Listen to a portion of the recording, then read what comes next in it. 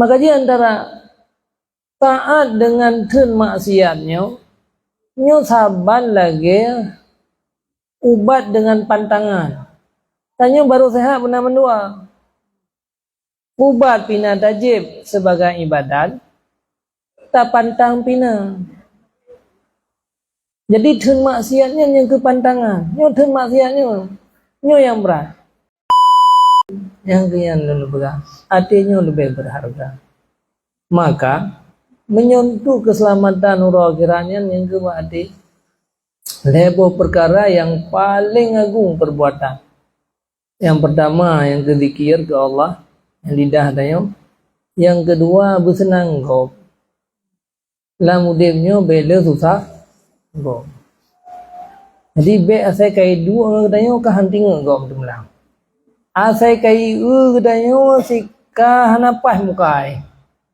Jadi udimlah kiban cara menyenangkan orang lain. Nyan Allah yang paling berharga. Nyamban. Makanya ino ke lebih ilmi. Nyo bata bersihkan hati dayo. Bata perbaiki hati dayo. Nyo yang berat. Hana he bersenang orang lain. Menyate dekapai. Makanya ba artinya. Nyo di umur no yo. Ilmi yang juga berdosa dengan ilminya nyo payah merno tah yang hanja tak buat kun gegom hanja ki bancara dosa tah dalam yang harus terjaga karena orang menyepu buat kebaikan nya ada orang broek buat kebaikan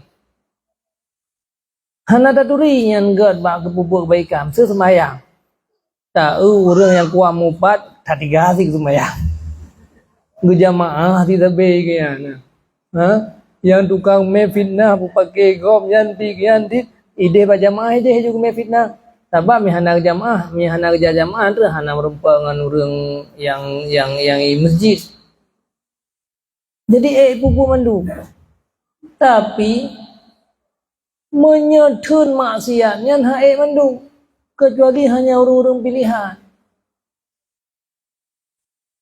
Makanya antara taat dengan tun maksiatnya, nyo saban lagi ubat dengan pantangan.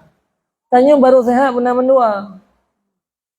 Ubat pina tajib sebagai ibadat, tak pantang pina. Jadi tun maksiatnya yang ke pantangan. Nyo tun maksiatnya. Nyo yang berat. Nya miabanu khidmah suami habis-habisan hana he sagai. Watewo numbaguan bunya cukup he prai magombuan. Tapi nya kelikre ben dubi diro no disya nandru ya. Yang kenya nya karuju. Hai tun. Monya ka pantangannya ka je padahal cukup le energinya kan tinggal tun montai rumah. Tapi menanti dalam ibadah yang ke betul-betul ngati ya menyekata doa ngatinya nyan hana berat pantangannya ya yang getamnya nyan hana merasa beban bagi kita yang menyangkut dengan agama